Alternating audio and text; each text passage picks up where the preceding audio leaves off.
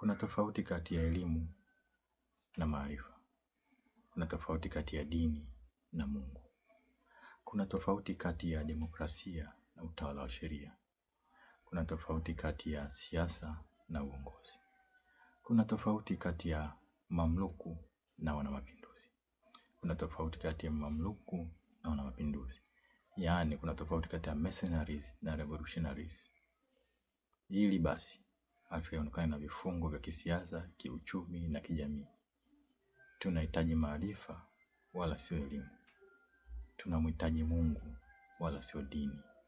Dini ililetwa na wageni. Mzungu alileta Ukristo, Mwarabu akaleta Uislamu. Tunamhitaji Mungu wala sio dini. Tunahitaji utawala wa sheria wala si demokrasia. Demokrasia ni sehemu ndogo sana ya utawala wa sheria. Utawala wa sheria, katiba, ndio babu kikongwe. Demokrasia ni kitu kuu.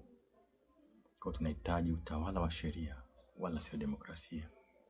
Nipe utawala wa sheria, utapata haki yangu. Uhuru wa kuabudu, uhuru wa habari, uhuru wa kujieleza na mengineyo yote yanaletwa na utawala wa sheria. Nipate haki yangu mbele za Mungu na wanadamu. Nahitaji utawala wa sheria wala sio demokrasia. Sidhani kama kuna demokrasia Marekani au Uingereza au Urusi au Uchina au Ujerumani au Ufaransa. Afrika tunahitaji utawala wa sheria wala sio demokrasia. Demokrasia imeua watu wetu wengi. Demokrasia imeondoa amani yetu nyingi. Demokrasia imetuchanganya tukachanganyikiwa. Demokrasia imeua nchi nyingi. Demokrasia imeharibu nchi nyingi. Tunahitaji utawala wa sheria wala sio demokrasia. Tunahitaji uongozi wala sio siasa. Tunahitaji viongozi wala sio wanasiasa. Imefika kipindi ndugu zangu, tuchague viongozi wala sio wanasiasa. Afrika inahitaji viongozi. Tatoa mfano viongozi ambao sio wanasiasa. Mwalimu Nyerere, Mandela, Martin Luther King Jr., Samora Machel, Haile Selassie, Kwame Nkrumah. Hawa wote na wengineo walikuwa ni viongozi. Hawakuwa na propaganda za kisiasa.